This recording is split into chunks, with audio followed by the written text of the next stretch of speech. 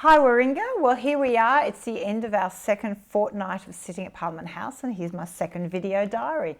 It's been really busy but really good here in Parliament. We started out last week where I launched the Australian Institute's Climate of the Nation report, which had some really important facts showing that 81% of Australians feel that we need to take action on climate change and 64% want to see a plan to decarbonise to net zero by 2050. So I did raise that in question time with the PM, especially in light of the devastating bushfires and the drought that continues. We need to address prevention, not just the effects that are really being felt at the moment. I was also very proud to join the peak medical bodies involved with the No Time for Games campaign. This is really important to have our medical bodies standing up and really talking about their concern in relation to the health impacts of climate change, which are already being felt now by children and our elderly. They are the most vulnerable to the impacts of heat and hypoallergenic and increased rates of asthma.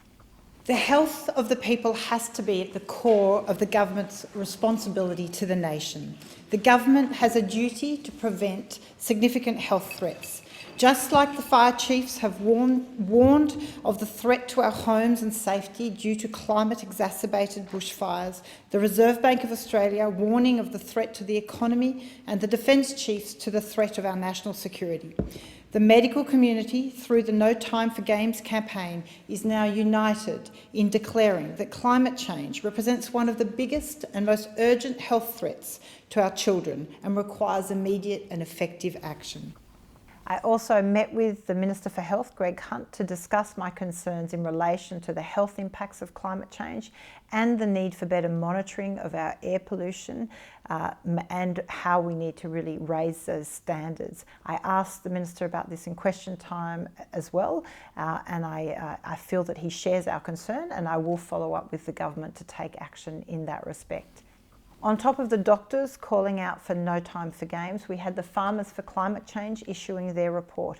And it's really important to hear from our regional communities, especially the farmers who are dealing on the front line with the crisis when it comes to water shortages and the drought, and are calling for more direction from the government for better sustainable practices and direction in terms of the land care and management.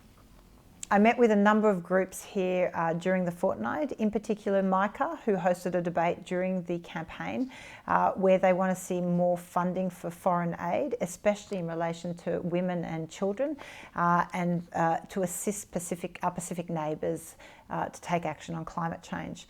I also met with members of the Australian screen industry to discuss the need to put safeguards in place for Australian content on our screens, especially on the streaming platforms, because it's really important that we protect that industry and make sure that it can boom and keep developing for the future.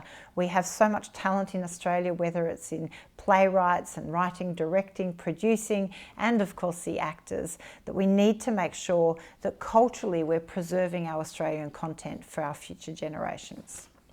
Around the house, there was also lots going on. It was Suicide Prevention Week and Kids Cancer, and there was a number of organisations for research. We met with the wonderful Olivia Newton-John in relation to specific cancer research and projects. Royal Lifesaving Australia produced their report, and some of the numbers are very sobering. And to finish off a great sitting fortnight, we attended the Midwinter Ball with my beautiful Tim and some of the team, and it was great to see members of all sides of politics and the media relax a bit and have some fun.